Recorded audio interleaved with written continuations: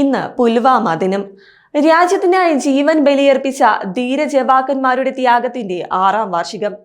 2019 ഫെബ്രുവരി 14-നാണ് രാജ്യത്തെ ഞെട്ടിച്ച പുൽവാമ ഭീകരാക്രമണം നടക്കുന്നത്. അന്ന് പിറന്ന മണ്ണിന് വേണ്ടി ജീവൻ ബലി നൽകിയത് 40 ധീര ജവാന്മാരായിരുന്നു.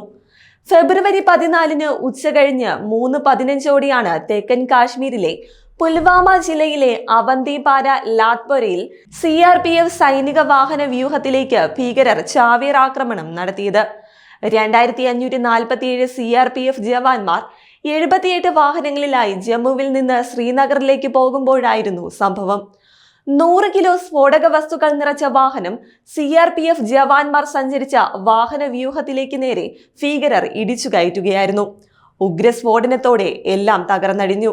ആക്രമണത്തിൽ 76 ബറ്റാലിയനിലെ 40 CRPF ഉദ്യോഗസ്ഥരാണ് വീരമൃത്യു വരിച്ചത്. കൂടാതെ ആക്രമണത്തിൽ നിരവധി ജവാന്മാർക്ക് പരിക്കേൽക്കുകയും ചെയ്തു. പാക് ഭീകര സംഘടനയായ ജെയ്ഷെ മുഹമ്മദ് ആയിരുന്നു ഈ ആക്രമണത്തിന് പിന്നിൽ. എന്നാൽ നെഞ്ചുപൊട്ടുന്ന വേദനയിലും രാജ്യം തളർന്നില്ല. ഓരോ ഭാരതീയനും ഇതിന് പകരം ചോദിക്കാൻ ഒറ്റക്കെട്ടായി നിന്നു. തുടർന്നാണ് ഫെബ്രുവരി 26-ന് ഇന്ത്യ ബലാകോട്ടിൽ വ്യോമാക്രമണം നടത്തിയത്. അന്ന് പക വീട്ടാനിറങ്ങിയ ഇന്ത്യൻ സൈന്യം ജെയ്ഷെ മുഹമ്മദിന്റെ നിരവധി ക്യാമ്പുകളാണ് തകർത്തത്.